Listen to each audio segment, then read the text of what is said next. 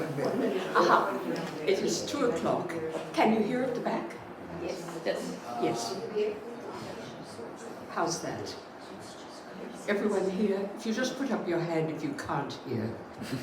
That's not going to work.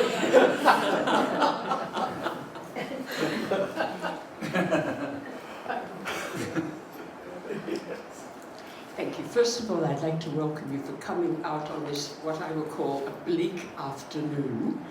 And did any of you happen to listen to the Peace Prize award in Oslo this morning? You did, Rita? Yes. If you have a chance, you can listen to it and watch it live. And it was heartrending. David spoke about Maria Machado, who won the Peace Prize, and she was in hiding in Venezuela the last year, and she had vowed to be present at the Peace Prize presentation in Oslo this morning. Well, it was later there. And she was unable to be there in time for the press conference and the award ceremony. Her daughter accepted for her, and she was just amazing. She had memorized every word of her mother's acceptance speech, and it was about democracy and how democracy is the closest way to achieve peace. An imperfect peace perhaps, but peace nevertheless. And she said, "My mother always keeps her promises. She has promised to be here within 2 hours." And it was just heartrending because Maduro has said that if she leaves the country, she can be prosecuted as a fugitive. And it went through, it was very interesting, it went through the criteria for awarding the Peace Prize, and it is generally given to a person who has made great personal sacrifice, and certainly Machado has done that. Now, this afternoon, we're going to turn to the Nobel Prize in Literature, and as we speak, the Nobel ceremony at the Stockholm Concert Hall is taking place, and it's going to go into the banquet and entertainment. Why December 10th? December 10th is the 129th anniversary of the death of Alfred Nobel.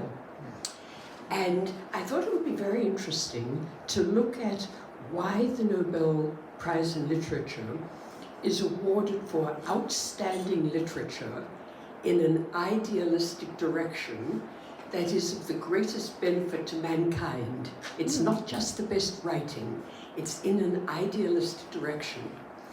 First of all, in addition to having 155 patents and inventing dynamite, initially for commercial purposes, Nobel was a passionate fan of fine literature, and he was also a fan of Victor Hugo. And Victor Hugo happens to be my first literary hero. On his 83rd birthday, on Hugo's 83rd birthday, Nobel sent a telegram saying, "Master, great master, may you continue to charm the world and propagate your ideas of universal charity." Now, of course, we know that Hugo was the champion of Les Miserables, and he wrote that humanity has always worn the garment of misery. There are always the miserable.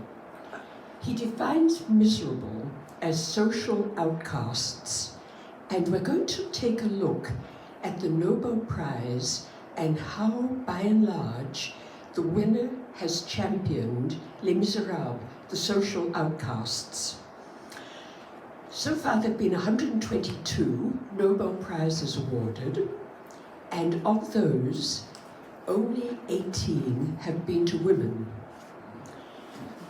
One of the women has been Alice Munro, the only Canadian to win the prize in literature, and she was awarded it in 2013 as a master of the contemporary short story.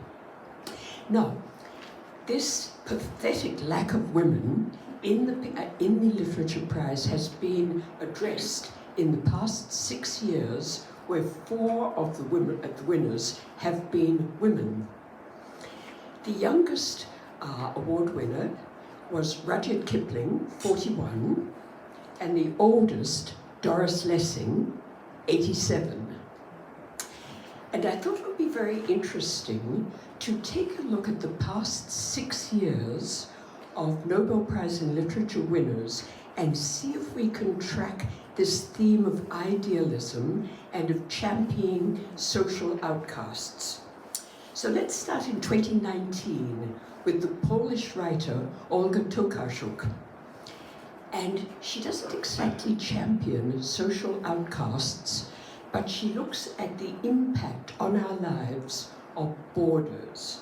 And we know, of course, that Poland's borders have been so changed during the wars to the east, toward Germany, and to the west, going into the Soviet Union. And to be Polish has been to be aware of boundaries being changed, identity being under peril, and even now we have the Polish border vulnerable because of NATO and the barriers and the Ukrainian war. Now, Tokarczuk set out to talk about boundaries and how we cross boundaries. And she was awarded the prize in 19 for a narrative imagination that with encyclopedic passion represents the crossing of boundaries as a way of life. And I read most of her work, but the work that I really enjoyed was a book called Flights. And the boundaries ostensibly are borders. We head to the airport, we travel. And in 2019, we were all traveling. I made several cross-country flights. Most of my friends were traveling extensively. And there was a certain optimism in 2019. The world economy was booming. We were traveling. It was full speed ahead. So let's take a look and see just the last paragraph or the last section of her book Flights and see how she felt about crossing boundaries, physical boundaries, boundaries in terms of culture and nationality, and boundaries within ourselves in terms of what is home, how are we comfortable with boundaries. It's just the last paragraph of the book, and I really enjoyed it. The gate's about to open. The flight attendants are already closing in on the desk, and passengers plunged until now in lethargy arise and call their hand luggage to order. They search for boarding passes, set aside the papers they haven't finished reading with no visible regret. In their heads, they perform mute examinations of conscience. Do they have everything? Passport, ticket, and papers. Have they exchanged money? And where is it they're going? And what for? And will they find what they're looking for? Have they chosen the direction they need? The flight attendants, beautiful as angels, check to make sure we're fit to travel, and then with the benevolent motion of the hand, permit us to plunge onto the soft carpet-lined curves of the tunnel that will lead us aboard our plane and onto a chilly aerial road to new worlds. That smile of theirs holds, or so it strikes us, a kind of promise that perhaps we will be born anew now, this time in the right time and the right place. Now, that spirit of optimism and taking flight and exploring new boundaries stopped abruptly in 2020, COVID. I think of it as BC and AC, before COVID and after COVID. The world changed dramatically. We stopped traveling. We became fearful. Many of us thought about illness and death. Some of us experienced friends who went through illness and death, COVID. And that year, the Nobel Prize in Literature was given to the American poet Louise Gluck. And it was given to her for her unmistakable poetic voice that with austere beauty makes individual experience universal. I'm going to read my favorite of Louise Gluck's poems. It's called The Wild Iris, which is a very different change in feel from our perky little 2019. The Wild Iris. At the end of my suffering, there was a door. Hear me out. That which you call death, I remember. Overhead, noises. Branches of the pine shifting, then nothing. The weak sun flickered over the dry surface. It is terrible to survive as consciousness buried in the dark earth. Then it was over. That which you fear, being a soul and unable to speak, ending abruptly. The stiff earth bending a little, and what I took to be birds darting in low shrubs. You, who do not remember passage from the other world, I tell you, I could speak again. Whatever returns from oblivion, returns to find a voice. From the center of my life came a great fountain, deep blue, shadows on azure seawater. 2 years later, Louise Gluck died from cancer.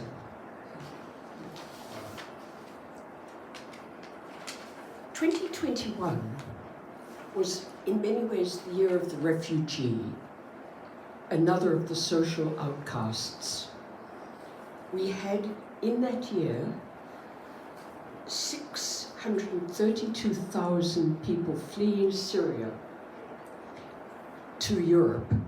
We had over 6 million people fleeing Syria to the surrounding countries, and we had thousands fleeing the Taliban in Afghanistan. And that year, the award went to the Tanzania person, Abdul Razak Gurner, who was born in what was then Zanzibar. Now, Abdul Razak Gurner, when he was 18, was persecuted with his family in Zanzibar because he was of Arab descent. He managed to get out of Zanzibar and head towards England, which he did with great difficulty. And when he was 21, he started writing to deal with the homesickness, the loss of home, and his feelings about having to put roots down in a foreign country. And his work deals with post-colonialism and the plight of the refugee. He was awarded the Nobel Prize in Literature for his uncompromising and compassionate penetration of the effects of colonialism and the fate of the refugee in the gulf between cultures and continents. And frequently the refugee deals with racism, deals with bureaucratic difficulty, and several people in this room have brought and helped Syrian refugees come to the Niagara-on-the-Lake area and help them become settled. Thank you. 2022, we have a change. We have the French writer Annie Ernaux. Now, 2022, something major happened in the US that had echoes around the world. Roe v. Wade was defeated. And women around the world started to face the consequences of having reproductive rights taken away. And that was the year that Annie Ernaux was awarded the prize. And keep in mind that all the prize winners have a body of work and have generally been awarded other prizes such as the Booker and the International Man Booker Award. So we're looking at body of work, we're looking at prize winning, and then we're looking at idealistic direction of the greatest benefit to mankind. Now, Annie Renaud was awarded the prize for the courage and clinical acuity with which she uncovers the roots, estrangements, and collective restraints of personal memory. If we're looking at style, we're looking at some of these writers who are what I would call postmodern. They play with narrative. The plot is non-linear. And Annie Renaud did something very interesting. She wrote essentially an autobiography, but she referred to herself in third person so that it was fictionalized. And she had, in 1962, an abortion at such time it was illegal in France. And a lot of her writing focuses, as the prize said, with clinical detail on the details of her abortion and the fact that because she was of the so-called working class, she was poorly treated by all the medical people she came in touch with, in addition to that, the illegal abortionist. And in her acceptance speech, she said, "I will write to avenge my people, shopkeepers, factory workers, and women. I share the pride of the award with those who hope for greater freedom, equality, and dignity for all humans, regardless of their sex or gender, the color of their skins, or their culture." 2023, we had a complete shift to the Norwegian playwright and novelist Jon Fosse, and he was awarded it for giving voice to the unsayable. Now, what is the unsayable? Well, let's go back and look at what Jon Fosse writes about his childhood, because it really gives the way in to all his work. He wrote, "At the age of 7, I was close to death because of an accident. And then from out there, I could see myself sitting here. I saw myself like that, and everything was peaceful. And I looked at the houses back home, and I felt quite sure I saw them for the last time as I was going to the doctor. Everything was shimmering and very peaceful, a very happy, like a cloud of particles of light. This experience is the most important experience from my childhood, and this has been very formative for me as a person, both in good and bad ways. I think it created me as a kind of artist and writer. And his work puts before us the possibility of life after death, but in a very gentle way. 2024, we had a huge change. The award went to South Korean writer Han Kang for her immense poetic prose that confronts historical traumas and expresses the fragility of human life. I had great difficulty reading her work, especially the book Human Acts. She details a massacre in her hometown of Gwangju in May of 1980, in which the so-called then Democratic president called on martial law and brought in helicopters full of troops who descended on the peaceful protesters and massacred more than 1,000. Nobody is quite sure of how many were actually slaughtered in this massacre, because they went to great lengths to pile the bodies up, disguise them, and then burn them. This is a little section from Human Acts.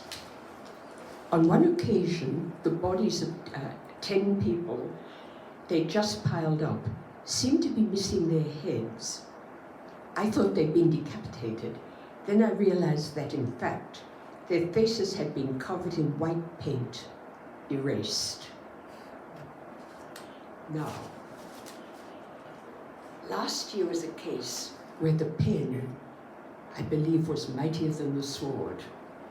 On December the 3rd, 2024, the president of South Korea, Yoon, ordered martial law with the excuse that South Korea was under threat from North Korea. And the same thing happened. Plane loads of military were brought in, but there was a difference. Han Kang's work had become a bestseller in South Korea, and here's to social media at its very best. Within 6 hours of the calling of martial law, the parliament buildings were surrounded by thousands and thousands of young people protesting, and the helicopters didn't even have a chance to land and attack protesters.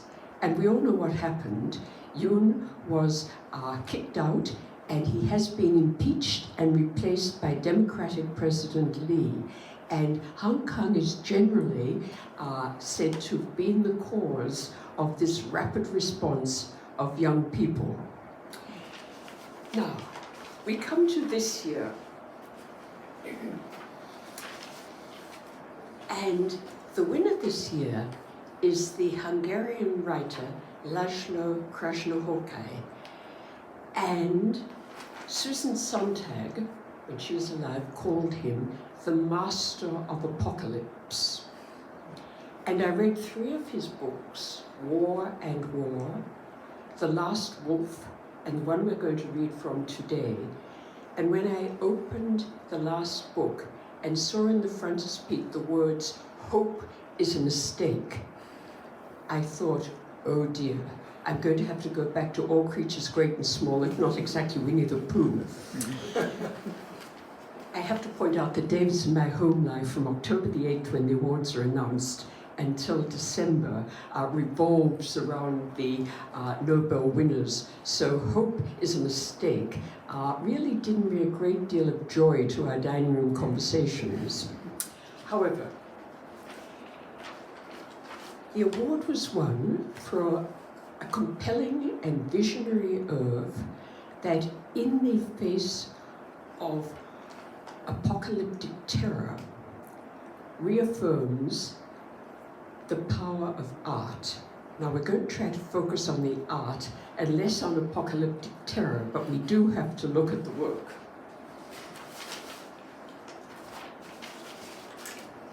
What is the story? The book is called Herrscht 0060, and to understand that title, we're going to go to the very first page.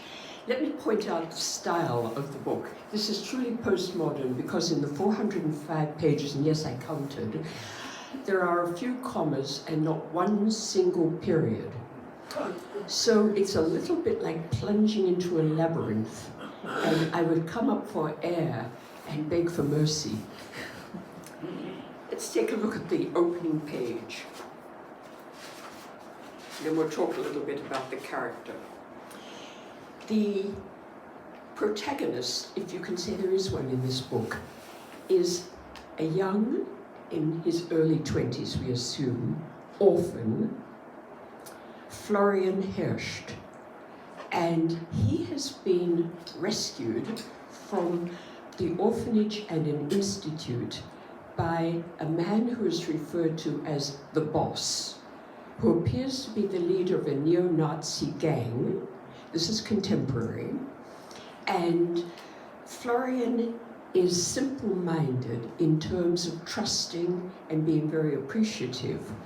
When the boss gives him his own little apartment at the top of a 7-story building where the elevator very rarely works, he is so grateful to have an apartment, to have a bed and a chair and his meals.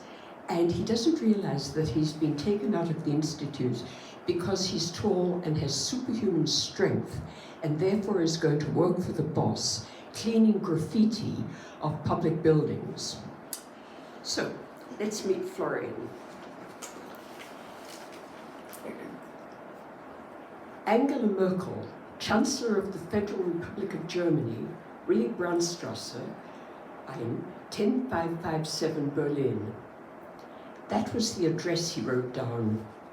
Then in the upper left-hand corner, he wrote only Herrscht 07769 and nothing else, signaling, as it were, the confidential nature of this matter. No point, he thought, in wasting words by adding any more precise indicators of his own self, as the post office would send the reply back to Kanne based on the postcode, and here, in Kanne, the post office could get the letter to him based on his name. Most essentially, everything was contained on the piece of paper which he had just now folded twice, nicely and accurately. Slipping it into the envelope, everything formulated in his own words that began by noting that the Chancellor, a learned natural scientist, would clearly and immediately understand what was on his mind here in Kanne, Thuringia, in wishing to call her attention to the need for such a personage as herself, who, in addition to tending to the everyday troubles and cares of the Bundesrepublik, must also attend to seemingly distant troubles and cares, especially when all these troubles and cares were besieging everyday life with such destructive force. And now he was obliged to speak of a siege, a staggering presence, in his view, threatening the existence of the country, indeed of all humanity, as well as societal order, a siege looming from ever more directions, but among which he must emphasize only the most important. The seemingly unanswerable distress signal emitted by natural philosophy in the course of the vacuum experiments, concealed within methodological descriptions, although it had come to light a long time ago, he himself had realized only now, that in a completely empty space, demotically understood, events were occurring. And this, in and of itself, was enough reason for the leader of the country, as well as one of the most influential people in the entire world, to prioritize this. Now, what is this threatening situation? Florian has taken evening classes from a physics instructor. He didn't get it the first time, so he took it for 2 years. And he zeroed in on the balance between matter and antimatter. And when that balance is out of whack in Florian's mind, we'll simplify here, destruction occurs. And so he starts to suspect that antimatter is going to overwhelm matter and the whole world is going to basically destruct. So that's the thing which is concerning Florian. Now, he lives in the small town of Kanne in the area of Thuringia, which when Johann Sebastian Bach was born there, was not East Germany, that came later. Bach was born in 1685, but his birthplace and many of the buildings which have historical connections to Bach are in the area. And unfortunately, someone is putting graffiti on the Bach buildings, and nobody knows who it is. In this little town, everything appears normal. The biggest concern of the Hausfrau is wondering whether they could change the sauce on the pork chops from a brown sauce to something a little bit more exciting. And they love Florian. He's basically the town simple-minded mascot, and they're all very kind to him. Florian is afraid to really become one of the neo-Nazi gang that his boss is in charge of. And this is brought to light in his attitude to tattoos. The boss informed him that the homeland needed everyone, and so it was high time for him, Florian, to quit putting things off. Time for him to get into line and ask to be taken into the unit, because that's what the boss called his pals, the unit. And although it wasn't entirely clear what this meant, Florian knew he had no desire to be part of them. He was afraid of them. All of Kanne knew about them, Nazis, people repeated in lower tones, which made the boss's ever more belligerently expressed wish ever more threatening. Because if Florian signed up with the unit, then he would have to struggle day by day not only alongside the boss with full devotion, but among these Nazis too, of course with no devotion, as he could be certain, he knew them well enough, that they wouldn't leave him alone. He'd be under pressure to get tattooed. And he was more afraid of the tattoo than of the dental clinic. He had no wish to be tattooed, no Iron Cross, no red-tongued German federal eagle, which the boss had been recommending vehemently. Florian got goosebumps on his arm just thinking about the needle and the tattoo machine with its frightening whirring sound which he himself had heard on occasion when accompanying the boss. The boss said, "Florian doesn't have his tattoo yet, he's just like a kid peeing in bed. The only problem is he's so, but I'm telling you, so strong that even 5 of us wouldn't be able to hold him down under the needle. Do you get it? Not even 5 of us. He's strong as a bull, boys. That's what he's like. One time the road construction made us go sliding off the B88. It was muddy and we couldn't get the right side of the car out of the mud. And this here Florian got out and he lifted the entire Opel out of the ditch with me inside. Get it? Now, as we move further into the book, Florian develops an interest in Bach, which is interesting because for 2 years, the boss has insisted that Florian attend once a week the Cannes Symphony, which plays only Bach. To be a good German, one has to appreciate the beauty of Bach and also have a beautiful voice. But Florian doesn't get it. Then, suddenly, it was only the Bach rehearsals held every Saturday that became ever more important. Earlier for years, Florian had hardly even paid attention, using the hours spent there to brood upon his worries, withdrawn deeply into his own self, excluding the Cannes Symphony from his consciousness. Now, however, something was prompting him to pay attention to this or that detail of the music being rehearsed. He didn't care if this or that musician fell out of rhythm or if the bassists were incapable of keeping the tempo. He was no longer interested in the boss's continual rages because the horn players had yet again completely jumbled up their parts. He still felt touched at times by a certain beauty in the harmony, which he hadn't been able to hear before, but now he did.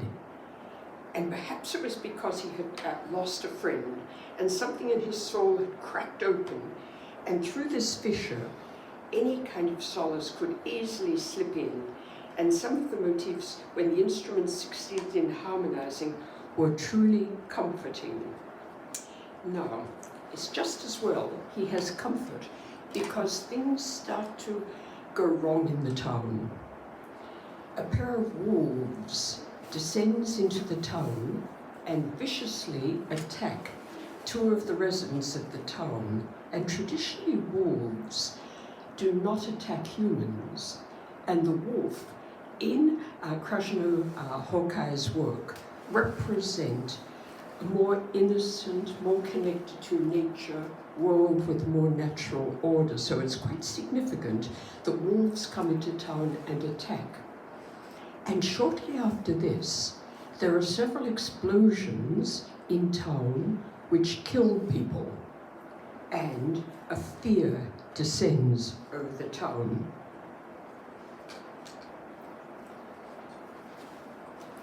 Ever since the explosion at the Aral station, the inefficacy of the police had become obvious to all.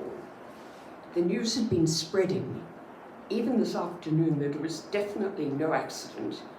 Someone had blown up one of the gas stations on purpose, and poor Nadia and poor Rosario, the Brazilian immigrants, had burned to death in it.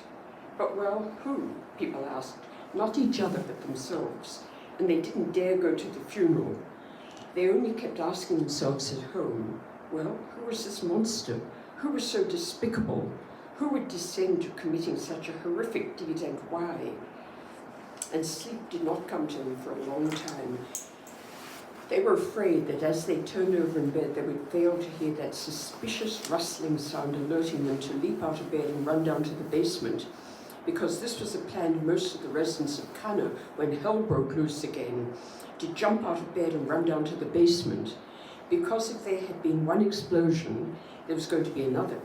The general opinion was ever more decisive. Everyone was preparing for this or something similar, but no person of sound mind could have prepared for what actually happened. The murder of first the boss, then the two others in the burg. It was simply inconceivable.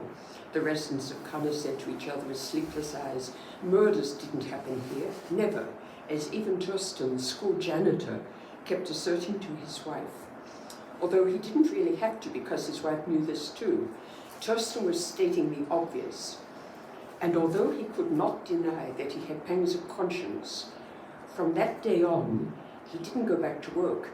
He didn't even open up the high school building again, because after what had happened at the Owl Station, no teachers were coming into school and no parents were letting their children go to school.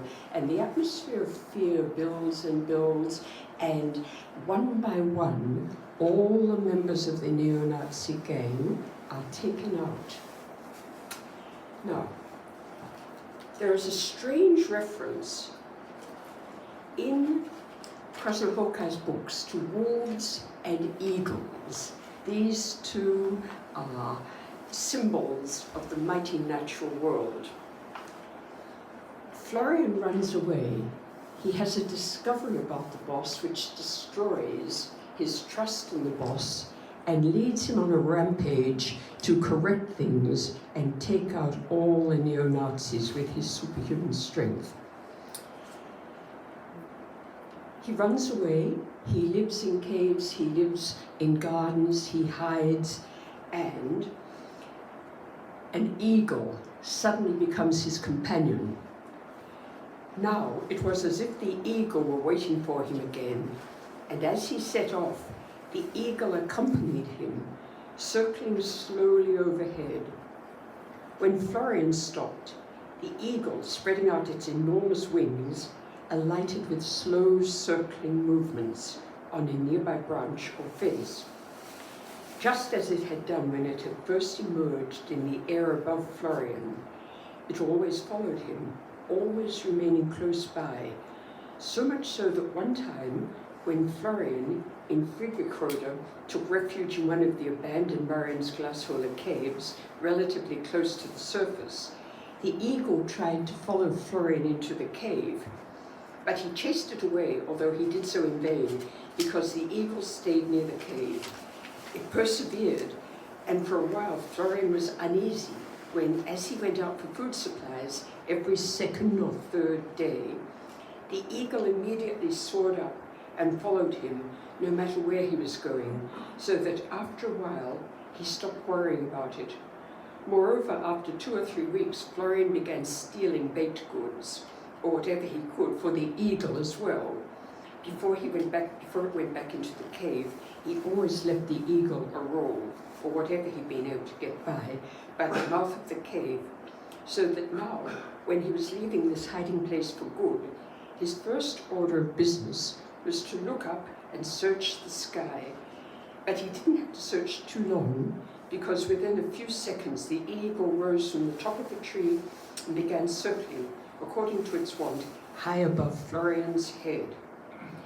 Florian said not a single word, never gestured to the eagle, indicating this or that, but the golden eagle always precisely understood what it had to do and what not to do, so that when they got to Cana that night and Florian effortlessly pried open the lock at Archie's tattoo studio, the eagle waited outside, high above his head. Now, Florian has become basically feral. He is stalking the last of the neo-Nazi gang, and his solace is Bach. Bach had become for him a personal state of being.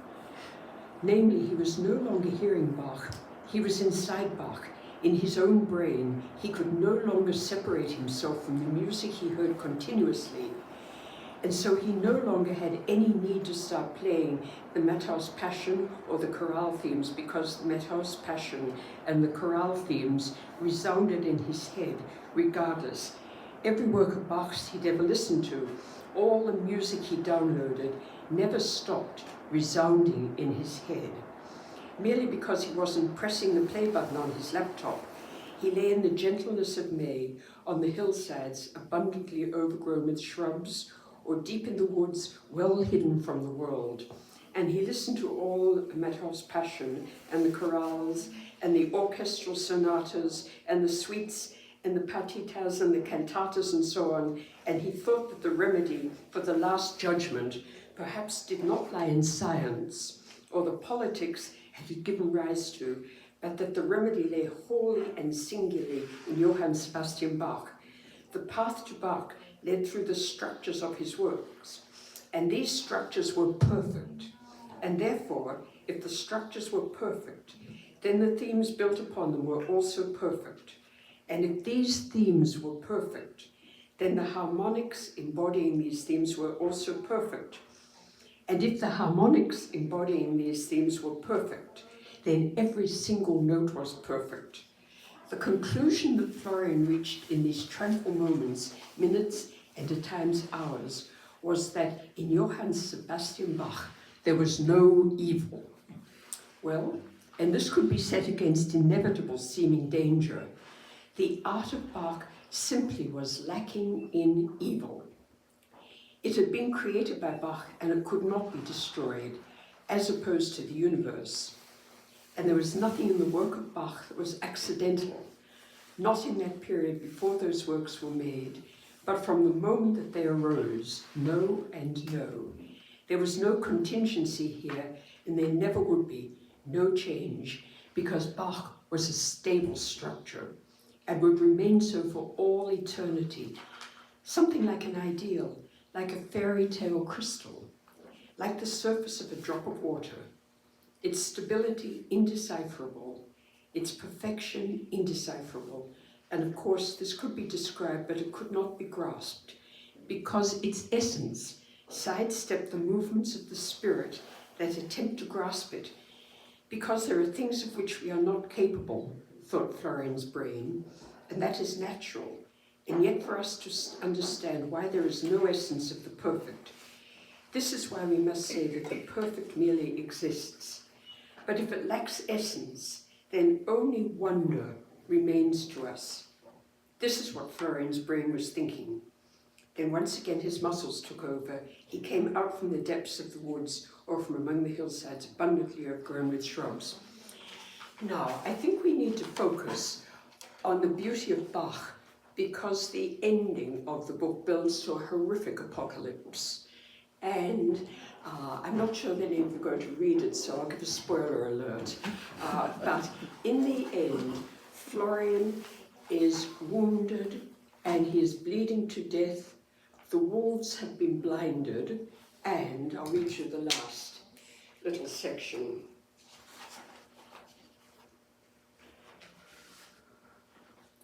He's approaching a bench. It is obvious that the two animals had no interest in him being there. There are two animals on the bench. He held his breath. He approached, but the wolves didn't move. Then the one that was closer to him, the sitting one, slowly, very slowly, turned its head toward him, but not snarling. It merely bared its gums slightly, just enough to show its teeth a bit. But then it closed its mouth again and turned its head back, as if Florian were merely one more among them and there was nothing to fear. And Florian realized that it only seemed that the wolves were looking at him and looking at the waters of the Saal, because as his strength gave out and he very slowly sank down onto the unoccupied bench next to them, he realized that the two wolves were also at the end of their strength, and that instead of eyes there were only holes oozing with pus. Then the psalm suddenly stopped playing in Florian's head. The pain and the dizziness made him close his eyes, and then he understood that in reality the wolves were not looking at anything, but listening, just as he was listening from this point on. And from this point on, all three of them would be listening blindly and forever to the peaceful, tinkling, sweet gurgling of the water a few steps away from them in the merciless night, descending heavily upon the land.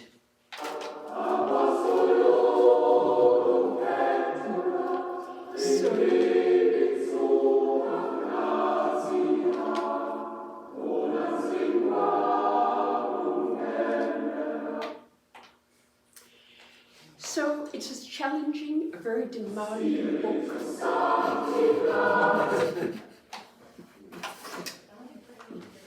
And one that I really wrestled with.